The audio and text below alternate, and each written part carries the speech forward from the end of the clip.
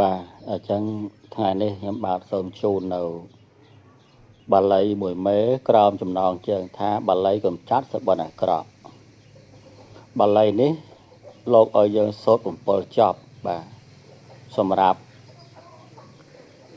កន្លោះទឹកជូនបងប្អូនកូនក្មួយណាដែលដេកយប់ហើយសបិនអាក្រក់បងប្អូនចេះតែសបិនអាក្រក់ឬក៏ចេះតែមាន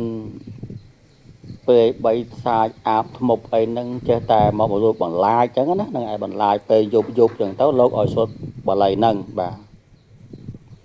អញ្ចឹងបាលីនេះសូត្រដូចតទៅពុទ្ធោរលត់ធម្មោរលត់សង្ឃោរលត់ពុទ្ធោរលាយធម្មោរលាយសង្ឃោរលាយពុទ្ធោកំចាត់កំចាយធម្មោកំចាត់កំចាយសង្ឃោកំចាត់កំចាយពុទ្ធោផាត់ផាយធម្មោផាត់ផាយសង្ឃោផាត់ផាយវិនិច្ឆ័យសន្តិអសេសតោ7ចប់បងប្អូនណា7ចប់ពុទ្ធោរលត់ធម្មោរលត់សង្ឃោរលត់ពុទ្ធោរលាយធម្មោរលាយសង្ឃោរលាយពុទ្ធោកំចាត់កំចាយធម្មោកំចាត់កំចាយសង្ឃោកំចាត់កំចាយ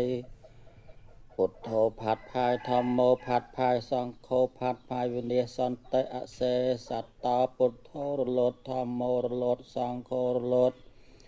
ពុទ្ធោរលាយធម្មោរលាយសង្ឃោរលាយពុទ្ធោកំចាត់កំចាយធម្មោកំចាត់កំចាយសង្ឃោកំចាត់កំចាយពុទ្ធោផាត់ផាយធម្មោផាត់ផាយសង្ឃោផាត់ផាយ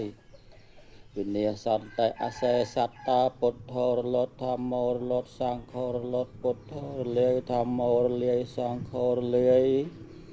ពុទ្ធោកំចាត់កំចាយធម្មោកំចាត់កំចាយសង្ឃោកំចាត់កំចាយពុទ្ធោផាត់ផាយធម្មោផាត់ផាយសង្ឃោផាត់ផាយវិនិច្ឆ័យសន្តិអសេសតោ